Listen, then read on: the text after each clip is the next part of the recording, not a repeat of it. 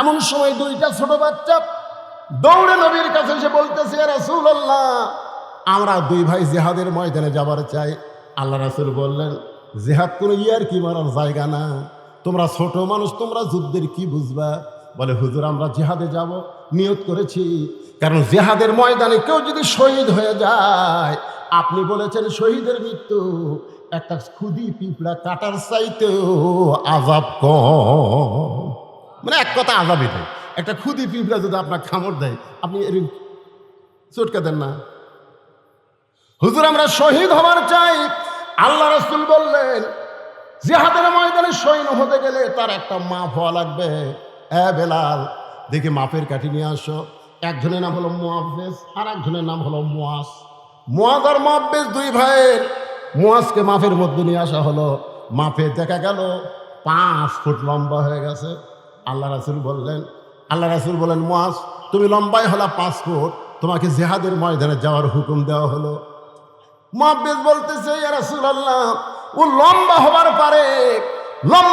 পারে, কিন্তু আমার চাইতে ওর শরীরে শক্তি কম। ও আল্লাহর নবী, আপনি যদি আমাদের দুই ভাইকে কুস্তি লাগা দেন, তাহলে দেখতে পারবেন লম্বা হলে কি হবে, ওর গাওয়াত কোনো শক্তি নাই। নবী তাবাসসুম মুস্কি হাসি দিয়ে বললেন, ঠিক আছে, তোমরা দুই ভাই কুস্তি করো। দুই ভাই যখন কুস্তি করতেছে, ছোট ভাই মুআফেজ মুআজকে কানে কানে বলে, ভাই তুমি তো মাপে হয়েই গেছো ভাই, তোমার তো আর কোনো টেনশন নাই, কিন্তু এই কুস্তিতে তুমি একটু দুর্বল হয়ে আমার বুকের নিচে পড়ো, আমার বুকের নিচে পড়ে যাও, তাহলে আমি তোমার বুকের উপর থাকলে নবী আমাকেও যাওয়ার পারমিশন দিয়ে দিবে। মুআজ বলতেছে, নবী কিন্তু সাধারণ বিষয় না, হয়তো বুঝতে পারবে। বলে, ভাইজান বুঝবার পারবে না, তুমি একটু দুর্বল হয়ে নিচে থাকো, আমাকে একটু তোমার বুকের উপর উঠে দাও। মুআজ বলতেছে, আমি পারবো না। এবার মুআফেজ কানে কানে বলতেছে, ভাই রে, তুমি বলো তো, আল্লাহ রাসূলকে জীবনের চাইতে যদি বেশি ভালোবেসে থাকো, তাহলে বলো, ডান দিক থেকে যদি কাফেররা নবীকে লক্ষ্য করে তীর মারে, তুমি না হয় ডান দিকে থাকতে পারো, কিন্তু বাম দিক থেকে যদি তরবারি মারে, বাম দিকে কে দাঁড়াবে বলো? আমি থাকবো ডানে, তুমি থাকবো বামে, তুমি থাকবা সামনে, আমি থাকবো পিছনে। আমাদের জীবন যতক্ষণ থাকবে, আল্লাহ রাসূলের দেহ কাফেরদের অস্ত্র যেন স্পর্শ না করে। এই বাংলার মুসলমান, মসজিদে কুবার দাম কেন জান লাগবে না? মসজিদ কি জন্যে? কয়েকদিন আগে যে আপনাদের সামনে ওয়াজ করলাম, ওখানে মসজিদের কিছুটা গুরুত্ব তুলে ধরছি। ব্যারাস যতই দল করো, মসজিদের মধ্যে কয় দল? জয় কর না কেন? এক দল। আওয়ামী লীগ, বিএনপি, জাতীয় পার্টি, জামাত সব কাতার সোজা করতেছে। মসজিদের প্রথম যে আজান হলো, সেই নামাজ হলো জোহরের নামাজ। আজান দিলেন হযরত বেলাল ইবনে রেবাব। নামাজ চলতেছে মসজিদে কুবার মধ্যে। সেখান থেকে মসজিদ নববী বদলি হয়ে গেল। মসজিদ নববীতে মেহরাব আছে, মসজিদে কুবার মধ্যে কোনো মেহরাব নাই। যারা ঢুকছেন তারা বুঝতে পারবেন। মেহরাব হলো অস্ত্র রাখার জায়গা। মসজিদে কুবাতে অস্ত্রের ঘোষণা আসে নাই, মসজিদ নববীতে অস্ত্রের ঘোষণা আইছে। প্রথম যুদ্ধ হলো বদরের যুদ্ধ। সেই যুদ্ধটা হলো পবিত্র রমজান মাসে। জোরে কোন কি মাসে? পবিত্র রমজান মাসে। 311 জন সাহাবী হয়ে গেছে। 311 জন। জোরে বলেন কয়জন? এমন সময় দুইটা ছোট বাচ্চা দৌড়ে নবীর কাছে এসে বলতেছে, ইয়া রাসূলুল্লাহ, আমরা দুই ভাই জিহাদের ময়দানে যাবার চাই। আল্লাহ রাসূল বললেন, জিহাদ কোনো ইয়ার কি মারার জায়গা না, তোমরা ছোট মানুষ, তোমরা যুদ্ধের কি বুঝবা। বলে, হুজুর আমরা জিহাদে যাব, নিয়ত করেছি, কারণ জিহাদের ময়দানে কেউ যদি শহীদ হয়ে যায়, আপনি বলেছেন শহীদের মৃত্যু একটা খুদি পিঁপড়া কাটার চাইতেও আযাব কম। মানে এক কথা আযাবই দেয়। একটা খুদি পিঁপড়া যদি আপনার খামড় দেয়, আপনি এর চটকা দেন না। হুজুর আমরা শহীদ হবার চাই। আল্লাহ রাসূল বললেন, জিহাদের ময়দানে শহীদ হতে গেলে তার একটা মাপ হওয়া লাগবে। বেলাল, দেখি মাপের কাঠি নিয়ে আসো। একজনের নাম হলো মুআফেজ, আর একজনের নাম হলো মুআজ। মুআজ আর মুআফেজ দুই ভাইয়ের। মুআজকে মাপের মধ্যে নিয়ে আসা হলো। মাপে দেখা গেল 5 ফুট লম্বা হয়ে গেছে। আল্লাহ রাসূল বললেন, মুআজ তুমি লম্বাই হলা 5 ফুট, তোমাকে জিহাদের ময়দানে যাওয়ার হুকুম দেওয়া হলো। মুআফেজ বলতেছে, ইয়া রাসূলুল্লাহ, ও লম্বা হবার পারে, কিন্তু আমার চাইতে ওর শরীরে শক্তি কম। ও গো আল্লাহর নবী, আপনি যদি আমাদের দুই ভাইকে কুস্তি লাগা দেন তাহলে দেখতে পারবেন লম্বা হলে কি হবে, ওর গাওয়াত কোনো শক্তি নাই। নবী তাবাসসুম মুস্কি হাসি দিয়ে বললেন, ঠিক আছে, তোমরা দুই ভাই কুস্তি করো। দুই ভাই যখন কুস্তি করতেছে, ছোট ভাই মুআব্বাস মুআজকে কানে কানে বলে, ভাই তুমি তো মাপে হয়েই গেছো ভাই, তোমার তো আর কোনো টেনশন নাই, কিন্তু এই কুস্তিতে তুমি একটু দুর্বল হয়ে আমার বুকের নিচে পড়ো, আমার বুকের নিচে পড়ে যাও, তাহলে আমি তোমার বুকের উপর থাকলে নবী আমাকেও যাওয়ার পারমিশন দিয়ে দিবে। মুআজ বলতেছে, নবী কিন্তু সাধারণ বিষয় না, হয়তো বুঝতে পারবে। বলে, ভাইজান বুঝবার পারবে না, তুমি একটু দুর্বল হয়ে নিচে থাকো, আমাকে একটু তোমার বুকের উপর উঠে দাও। মুআজ বলতেছে, আমি পারবো না। এবার মুআব্বাস কানে কানে বলতেছে, ভাই রে, তুমি বলো তো আল্লাহ রাসূলকে জীবনের চাইতে যদি বেশি ভালোবেসে থাকো, তাহলে বলো ডান দিক থেকে যদি কাফেররা নবীকে লক্ষ্য করে তীর মারে, তুমি না হয় ডান দিকে থাকতে পারো, কিন্তু বাম দিক থেকে যদি তরবারি মারে, বাম দিকে কে দাঁড়াবে বলো? আমি থাকবো ডানে, তুমি থাকবো বামে, তুমি থাকবা সামনে, আমি থাকবো পিছনে। আমাদের জীবন যতক্ষণ থাকবে আল্লাহ রাসূলের দেহ কাফেরদের অস্ত্র যেন স্পর্শ না করে। সঙ্গে সঙ্গে মুআজ দুর্বল হয়ে বুকের নিচে পড়ে যায়। এমন সময় আল্লাহ রাসূল বলতেছে, এইরকম ছোট বাচ্চারা শহীদ হওয়ার নিয়তে যখন আল্লাহর দল করে, এই ইসলামকে কেউ মাটির নিচে দাফন করতে পারবে না। একদিন গোটা পৃথিবীতে ইসলামের বিজয় হয়ে যাবে। লিল্লাহে তাকবীর। এমপি সাহেবের আগমন।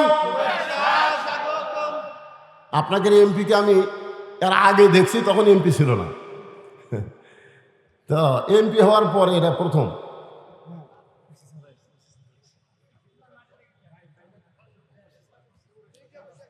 মান্দা থানার অফিসার ইনচার্জ সাহেবের আগমন, সবাই বলেন শুভেচ্ছা স্বাগতম। আরে ভাই এখন আসুন, উপর আসেন। না না না, এমনি অনেক রাত হয়ে গেছে, আসেন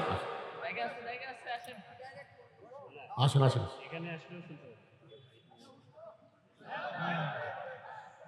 যে মানুষটা সাধারণ মানুষের মধ্যে বসতে চায়, এমপি হওয়ার পরও কখনো তার মনে এতটুকু অহংকার আসে নাই যে আমি এমপি, তার মন বলতেছে আমি জনগণের সেবক। জোরে কোনো কথা ঠিক কিনা? এর আগে আমিও ভিডিওতে দেখেছি, এরকম একটা মাহফিলে আমার ভাই মঞ্চের সামনে বসে আছে, এমপি সাহেব বসে আছে। এখন আপনারা তো কাম তো অকাম করছেন, সভাপতি পর্যন্ত চেয়ার দেন, এখন এক চেয়ার দিয়ে থাকেন টেজের ওপর, এটা কেমন হয়? না না শোনেন, আমি কই কেন ওই দিকে কয়েকটা প্লাস্টিকের চেয়ার তো দেখা যাবে, আনা যাবে না, যে আনা যাবে না।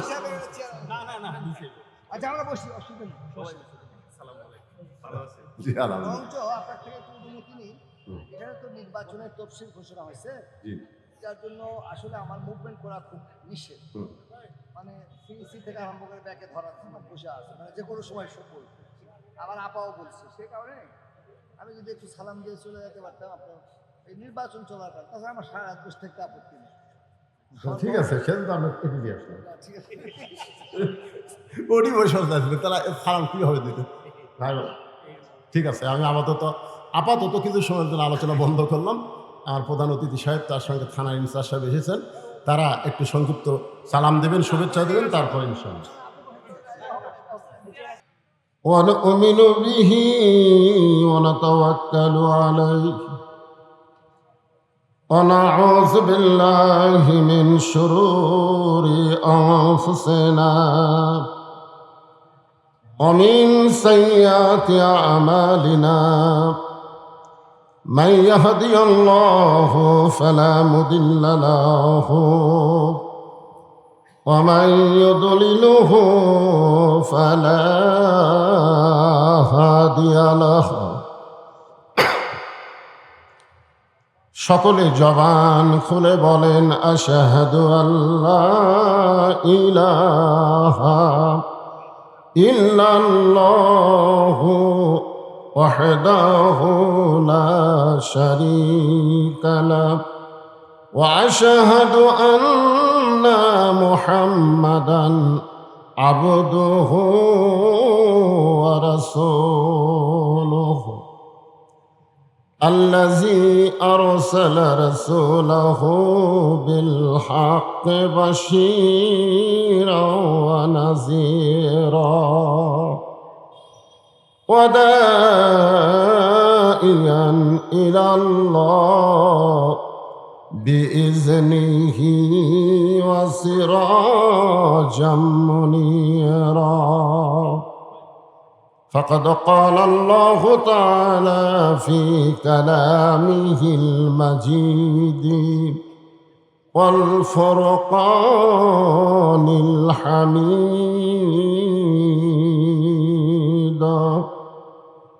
জবান খুলে সকলে পড়েন আউযু বিল্লাহি মিনাশ শাইতানির রাজিম বিসমিল্লাহির রহমানির রহিম ফাযকুরুনি আযকুরকুম ওয়াশকুরুনি ওয়ালা তাকফুরুন ইয়া আইয়ুহাল্লাযীনা আমানু ইসতাঈনু বিস-সাবরি ওয়াস-সালাহ ইন্নাল্লাহা মা'আস-সাবিরিন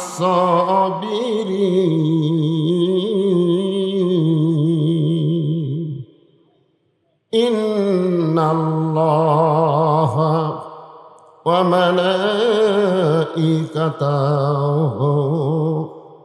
ইসাল্লুনা আলান নাবী يا أيها الذين آمنوا صلوا عليه وسلموا تسليما اللهم صل على محمد وعلى آل محمد كما صليت على إبراهيم وعلى آل إبراهيم إنك حميد مجيد اللهم بارك على محمد وعلى آل محمد كما باركت على إبراهيم وعلى آل إبراهيم إنك حميد مجيد يا أيها الذين آمنوا اذكروا الله ذكرا كثيرا وسبحوه بكرة وأصيلا لا إله إلا الله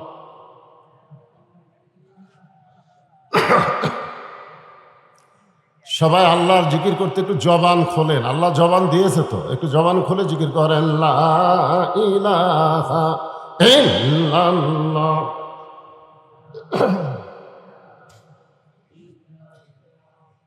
لا إله إلا الله لا إله إلا الله لا إله إلا الله لا إله إلا الله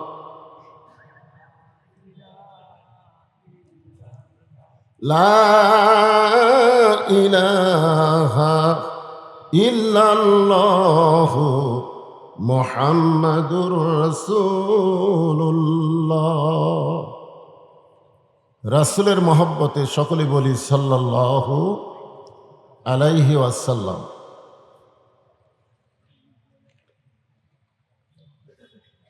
চক ভোলাই নুরুল কোরআন হাফিজি মাদ্রাসার উন্নয়ন কল্পে আজকের এই তাফসীরুল কোরআন মাহফিলের সম্মানিত সভাপতি মোহাম্মদ আব্দুর রাকিব, আজকের এই মাহফিলের সম্মানিত সভাপতিকে অন্তরের অন্তঃস্থল থেকে আমি শুভেচ্ছা জ্ঞাপন করছি। সম্মানিত প্রধান অতিথি এস.এম. রোহানী সুলতান মাহমুদ গামা, সম্মানিত এমপি সাহেব, সম্মানিত বিশেষ অতিথিবৃন্দ, সকলকেই অন্তরের অন্তঃস্থল থেকে আমি শুভেচ্ছা জ্ঞাপন করছি। এই মুহূর্তে আমার সামনে যারা বসে আছেন, অত্যন্ত গরমের ভিতরে খুব কষ্ট করে এত রাত পর্যন্ত যেনারা বসে আছেন, যেনাদেরকে আল্লাহ দয়া করে রহম করে জান্নাতের বাগানে কবুল করেছেন, আমি আমার অন্তরের অন্তঃস্থল থেকে আপনাদের সবাইকে শুভেচ্ছা জ্ঞাপন করছি। সম্মানিতা মা বোনেরা, পর্দার অন্তরালে বসে বসে যারা আলোচনা শুনতেছেন, তাদেরকেও শ্রদ্ধা জ্ঞাপন করে এই মুহূর্তে আমি জানতে চাচ্ছি আপনারা সকলে কেমন আছেন। যে আমি গত 2 দিন হলে শারীরিকভাবে একটু অসুস্থ, তারপরে আল্লাহ পাক আপনাদের সামনে আমাকে আসার মতন তৌফিক দিয়েছেন। যে আল্লাহ তাআলা শারীরিক সুস্থতা সহকারে মানসিক প্রশান্তির জন্য এই কঠিন গরমে জান্নাতের বাগানে আমাদের কবুল করলেন, আমরা খুশি না বেজার? তাহলে জবান খুলে সমস্বরে সকলে বলবো, রব্বানা লাকাল হামদ হামদান কাসীরান তাইয়িবান মুবারাকান ফীহি। আমি এখানে এসেছি এশার নামাজের অনেক আগে, কিন্তু উঠতে উঠতে রাত অনেক বেশি হয়ে গেছে।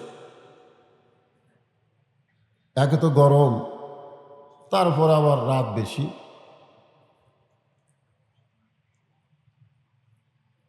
হযরত উমর ফারুক রাদিয়াল্লাহু তাআলা আনহু রাসূলকে জিজ্ঞাসা করেছিলেন, ইয়া রাসূলুল্লাহ, 3 ওয়াক্ত নামাজ তাড়াতাড়ি, আসর, মাগরিব আর এশা, কিন্তু এশা থেকে ফজর, ফজর থেকে জোহর, এই 2 ওয়াক্ত নামাজ লম্বা কেন? ওয়াক্ত মানে কি? সময়। ফজর থেকে জোহর আল্লাহ লম্বা সময় দিয়েছে। এই লম্বা সময়ের মধ্যে মানুষ ব্যবসা বাণিজ্য করবে, খেতে খামারে কাজকাম করবে, চাকরি বাকরি করবে। এইগুলো করতে গিয়ে দেহের যে ক্ষয় হবে, ঈশা থেকে ফজর আল্লাহ লম্বা সময় দেওয়ার কারণে ঘুম পেড়ে ওই ক্ষয়টা আল্লাহ পুরো করে দিবে। এত বড় নিয়ামতের কথা শুনে সুবহানাল্লাহ বললেন না? নাও মাকুম সুবাতা, ঘুম এটা হলো শান্তির একটা নিয়ামত। তা আপনারা অনেক রাত পর্যন্ত চেতন আছেন। আমি যে আয়াতে কারিমা তেলাওয়াত করলাম, এখান থেকে বারবার বলা হয়েছে কোরআন হাদিস থেকে গুরুত্বপূর্ণ তাফসীর করার জন্য।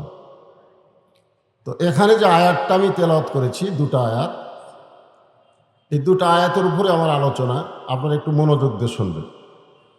আল্লাহ বলতেছেন, ফাযকুরুনি আযকুরুকুম ওয়াশকুরুলি ওয়ালা তাকফুরুন।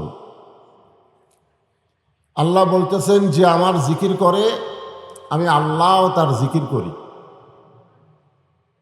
সুবহানাল্লাহ সবাই বললেন না? এটা কত বড় কথা দেখছেন, যে আল্লাহর জিকির করে, আল্লাহও তার জিকির করেন, অথচ আপনারা জিকির করার সময় জবান বন্ধ করে রাখছিলেন। কোরআনের কোনো জায়গায় নাই যে নামাজ বেশি বেশি পড়ো, রোজা বেশি বেশি করো, হজ বেশি বেশি করো, যাকাত বেশি বেশি দাও, এগুলো কোরআনে নাই। সব কিছু নিয়ম অনুযায়ী করা লাগবে, জোরে কোন ঠিক কিনা? কিন্তু আল্লাহ কোরআনে বললেন, যিকরান কাসীরা, বেশি বেশি করে জিকির করো। আপনারা মনে করলেন কলেমার জিকির করলেই কি না করলেই কি? এর আগে কয়েকদিন আগে পাশেই তো আমি বলে দিয়েছি, যে ব্যক্তি সারা জীবন পাপ করে কিন্তু মৃত্যুর সময় জবানে যদি জিকিরটা জারি রাখতে পারে, শুধুমাত্র জিকির করে মরে যাওয়ার কারণে আল্লাহ তার জীবনের সব গুনাহ মাফ করে দেয়। এখানে আল্লাহ বলতেছেন যে আমার জিকির করে, আমিও তার জিকির করি। এই জিকির মানেটা কি? আগে মানে না জানলে ওরা তাফসির বুঝতে পারবো না।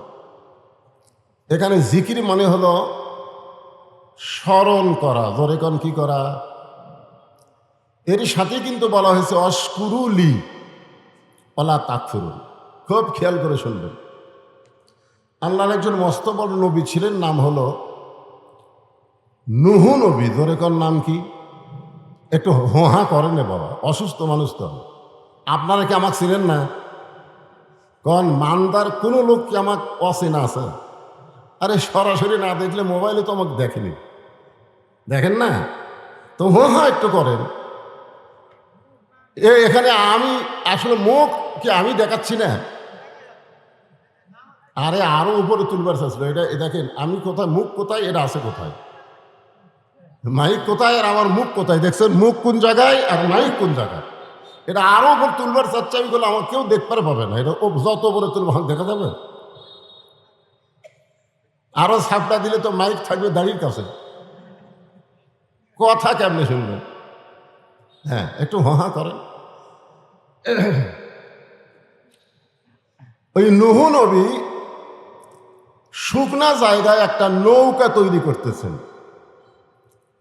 জোরে বলেন, পৃথিবীতে সর্বপ্রথম যে যানবাহন তৈরি হয়েছে তার নাম কি? আরো জোরে, জোরসে বলুন। জোরে হলো না, আরো জোরে।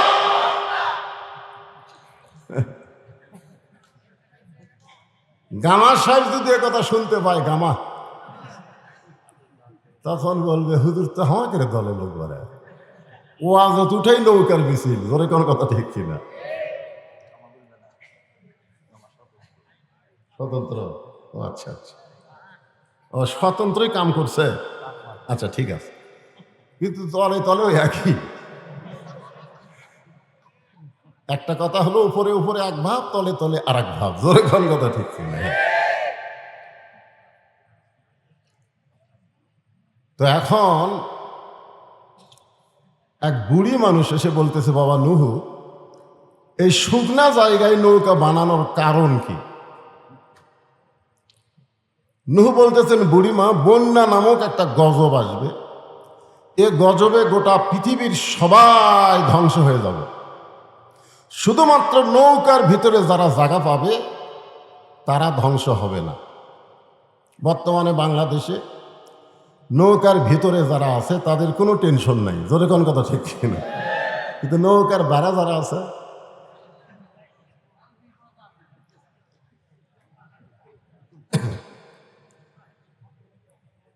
বুড়ি বলতেছেন, বাবা নুহু, এই ছোট্ট নৌকায় সবাই যদি উঠতে চায় বাঁচার জন্যে, এই নৌকার কি জায়গা হবে? নুহু বললেন, বুড়িমা, এই নৌকার শর্ত হলো ইমানদার বান্দা বান্দি যারা নৌকার ভিতরে জায়গা পাবে তারা, বেঈমানদের জায়গা নৌকায় হবে। তার মানে বোঝা গেল নুহু নবীর নৌকা আর বর্তমানের নৌকা এক না। এক এক তো কোন নৌকার মিছিল বললেন? নুহু নবীর নৌকার মিছিল। জনগণ বুঝুক পাবলিক কি জিনিস। জোরে কোন কথা ঠিক কিনা?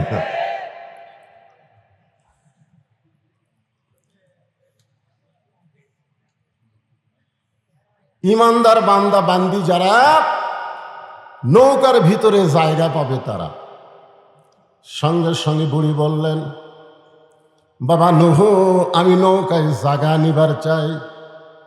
নুহু বললেন, বুড়িমা, তাহলে আপনি পড়েন লা ইলাহা ইল্লাল্লাহু নূহু নবিয়ুল্লাহ। আচ্ছা, নুহু নবীর কলমা পড়তে আমাদের কোনো অসুবিধা আছে? লা ইলাহা ইল্লাল্লাহ পর্যন্ত সব নবীরই কলমা। ওই বাবা আদম থেকে আমাদের নবী পর্যন্ত সমস্ত নবীরাই লা ইলাহা ইল্লাল্লাহ। আপনারা যদি খ্রিস্টান বলেন, খ্রিস্টানের লা ইলাহা ইল্লাল্লাহ ঈসা রুহুল্লাহ পর্যন্ত বলবে। যদি ইহুদি বলেন, লা ইলাহা ইল্লাল্লাহ মুসা কালিমুল্লাহ পর্যন্ত বলবে। কিন্তু মুসলমানকে যদি বলেন, মুসলমান সব নবীকেই ভালোবাসে। জোরে করার কথা ঠিক কিনা? ইহুদিরা মুসার পরে আর কোনো নবী মানে না, খ্রিস্টানেরা ঈসা নবীর পরে কোনো নবী মানে না, আর মুসলমানেরা মোহাম্মদ নবীর উম্মত হলেও সমস্ত নবীকে তারা সম্মান করে। ধরে কণ্ঠে কিরা, এই জন্য ইসলাম ধর্মে কোনো কৃপণতা। তাহলে সবাই একটু ঝাঁকি দিয়ে বলেন লা ইলাহা ইল্লাল্লাহ নূহ নবিয়ুল্লাহ। নূহ নবী বললেন, বুড়িমা আপনার আর কোনো চিন্তা নাই।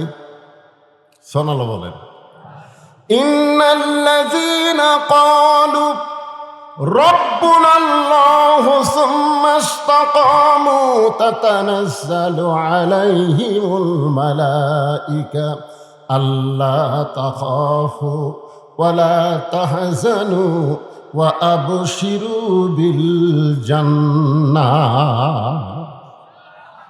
আল্লাহ কিন্তু আমাদেরকে বলেছেন, আল্লাহ বলেছেন নিশ্চয় যারা বলবে আল্লাহ আমার রব, এর প্রতি যারা অটল থাকবে, ইস্তেকাম থাকবে, তাতানাজ্জালু আলাইহিমুল মালাইকা, তাদের জন্য ফেরেশতার মাধ্যমে আল্লাহ খবর দিবেন, আল্লাহ তাখাফ, তোমাদের কোনো ভয় নাই, ওয়ালা তাহজান, তোমাদের কোনো চিন্তা নাই, ওয়া আবশিরু বিল জান্নাহ, বরং দুনিয়া থেকেই তোমরা জান্নাতের সুসংবাদ প্রাপ্ত হবে। নূহ বললেন, বুড়িমা আপনার আর কোনো চিন্তা নাই। বন্যা গজব যখন শুরু হবে তখন আপনার হাতটা ধরে আমি নৌকায় উঠায় নিব। সঙ্গে সঙ্গে বুড়ি বললেন আলহামদুলিল্লাহ। নৌকায় হাত ধরে তুলবার চাইছে কে? জোরে এখন কে তুলবার চাইছে? আর বুড়ি প্রশংসা করলো কার? তাহলে আপনারা কি বুঝলেন? কোন নেতার প্রশংসা করা যাবে? কোন চামচা হওয়া যাবে? এখানে বুড়ির বলা দরকার ছিল, বাবা নূহ তুমি অত্যন্ত ভালো একজন মানুষ বাবা, ওই বিপদের দিনে তুমি আমাকে হাত ধরে নৌকায় উঠাবা, তুমি খুবই ভালো মানুষ। বুড়ি এখানে নূহ নবীর কোনো প্রশংসা করেনি। অশকুরুলি, প্রশংসা করতে হবে কার? আল্লাহ ছাড়া অন্য কারো প্রশংসা করা যাবে? অন্য কারো করলেই ওয়ালা তাকফুরুন। বন্যা গজব শুরু হয়ে গেল। গোটা পৃথিবীর পাহাড় পর্বত পর্যন্ত 40 দিন পানির তলে ডুবেছিল। এত পানি হিমালয় পর্বত পর্যন্ত ডুবে গেছে। অনেকে বলে গজব খালি এখনই হয়। গজব খালি এখন হয় না, আগেও হচ্ছে। কথা কন না কেন? পানির জন্য দোয়া কি আল্লাহ নবী করেনি? এই কথা কন করেনি? এইবারে পানির জন্য আমরা একটু নামাজ পড়া দোয়া করছি। অনেকে কয় হুজুরকে দোয়ার আল্লাহ শুনতেছে না, শুনতেছে না। গতকাল পানি হয়নি, একটা বাতাস উঠছিল। আপনাকে মনে কি হয়েছে? আল্লাহ রে আমাকে মাহফিল আগামীকাল, আল্লাহ যেন পানি না দেয়। জোরে কোন কথা ঠিক কিনা? আমরা দোয়া করি পানি দাও, মাহফিল আর কয় না দে। যারা ধান কাটতেছে তারা কয় আল্লাহ আরো 15 দিন পর পানি দাও। আল্লাহ এখন কার দিকে যায় কোন? তো আল্লাহ পড়ে গেছে বেকায়দা। জোরে কোন কি কায়দা? এক লোক বলতেছে, হুজুর আপনারা যখন আদায় শুরু করছেন তখন আমার পাশের জমির লোক 2 মণ ধান দান করছে। আল্লাহ রাসূল বলেছেন আস-সাদকাতুল বালা, দান সদকা করলে বালা মুসিবত হয় না। তো ঝড় ঝাপটা আসলে ওর জমির ধান বাঁচলে আমারটা বাঁচলি, তো আমার দেওয়া লাগবে কেন? এটা কি দিল বারে ওয়াজ শুরু না করতে? আচ্ছা আচ্ছা ঠিক আছে, এটা ঠিক। আসসালামু আলাইকুম হুজুর, রুমালটা দিয়ে দেন। রুমাল মানে সব আদায় শেষ, খালি রুমালটা বাকি আছে। এই কয়েকদিন আগে যে ওয়াজ করলাম ওখানে আমি ওয়াজের আগে কিন্তু রুমাল দিয়েছিলাম, ঠিক কিনা বলেন? আজকেও কেমন সাইজ করে শুরু করতেছি। ইতিমধ্যে বললো আচ্ছা রুমাল আলা কি রেডি আছে? কোথায় রুমাল পাটিকুটি? তাহলে রুমাল পাটি নেমে যাও। আর যারা আপনারা বসে আছেন পকেটের মধ্যে হাত ঢুকে দেয়া কিছু বের করে রুমালের মধ্যে দেন, ওই টাকাটা আপনার নামে আল্লাহ জান্নাতের ব্যাংকে অ্যাকাউন্ট করে দিবে। যাই যা পারবেন আল্লাহর হস্তে দিয়ে দেন। ওই যে রুমাল পাটি আল্লাহর হস্তে দিয়ে দেন। আমার মায়েদের মধ্যেও রেডি আছে তো? আচ্ছা ঠিক আছে, মহিলারাই তো? আচ্ছা, আমার মায়েদের মধ্যে মহিলারা আদায় করবে। গতকাল যেখানে আমার মাহফিল, গত রাত্রে আপনারা ইউটিউবে হয়তো দেখতে পাবেন, মহিলাদের মধ্যে আদায় করবার গেছে, যাই শুনে মহিলাকে আদায় শেষ। তো কে আদায় করলো? মানে কমিটির লোক যাওয়ার আগে কমিটি যারা গাঁজাখোর, হিরোইনখোর, ইয়াবাখোর, ওরা আদায় করে লিয়ে আউট। গত রাতের মাহফিল। আজকে চিন্তা করেন, মহিলাদের মধ্যে আপনাদের বিশ্বস্ত লোক দেন, কারণ এরকম কিন্তু হেরেনখোর, গাঁজাখোর এখন দিন দিন বাড়তিছে। জোরে কোন কথা ঠিক কিনা? হ্যাঁ, মসজিদ মাদ্রাসা চোরের কাছে বলে, আর মসজিদ মাদ্রাসা কত নেতা চোর হয়ে মাদ্রাসার টাকা মারা খাচ্ছে। জোরে কোন কথা ঠিক কিনা? 4 টন গম টিয়ার দিবার কাছে তুলবার যায় কয় 80,000 টাকা ঘুষ দিয়া, তারপরে কিসের টাকা কয় মসজিদে। যাক, আপনারা গামছার মধ্যে যে যা পারেন দেন, একটু জিকির করেন, লা ইলাহা ইল্লাল্লাহ, লা ইলাহা ইল্লাল্লাহ, লা ইলাহা, লা ইলাহা ইল্লাল্লাহ মুহাম্মাদুর রাসূলুল্লাহ সাল্লাল্লাহু আলাইহি ওয়াসাল্লাম। তো আমার পাশে চেয়ারম্যান সাহেব বসে আছেন, উনি তার গামছার মধ্যে দিবার পারলেন না। গামছা মনে হয় কেজির উপরে আসবি না। গামছা কেজিতে আসে না, না গামছা কেজিতে আসবি। উনি আমার হাতে 1,000 টাকা দান করছেন। এরকম যদি কেউ টেজের উপর দিবার চান, তাহলে এই ফাঁকি দিয়ে দেন, আদায় একবার শেষ হয়ে যাক। কি কোন? আদায় একবার শেষ হয়ে যাক, এরপরে একটানা ওয়াজ হবে, কোনো প্রকার আদায় আর না। হ্যাঁ,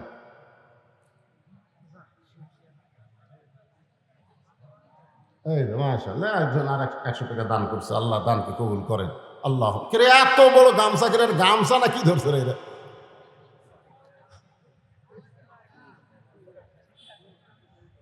হ্যাঁ, সবাই একটু মহব্বতে জিকির করেন বাজান। সবাই অন্যদিকে মন না দিয়ে আল্লাহর দিকে খেয়াল করে জিকির করেন, লা ইলাহা ইল্লাল্লাহ, লা ইলাহা ইল্লাল্লাহ, লা ইলাহা ইল্লাল্লাহ, লা ইলাহা ইল্লাল্লাহ,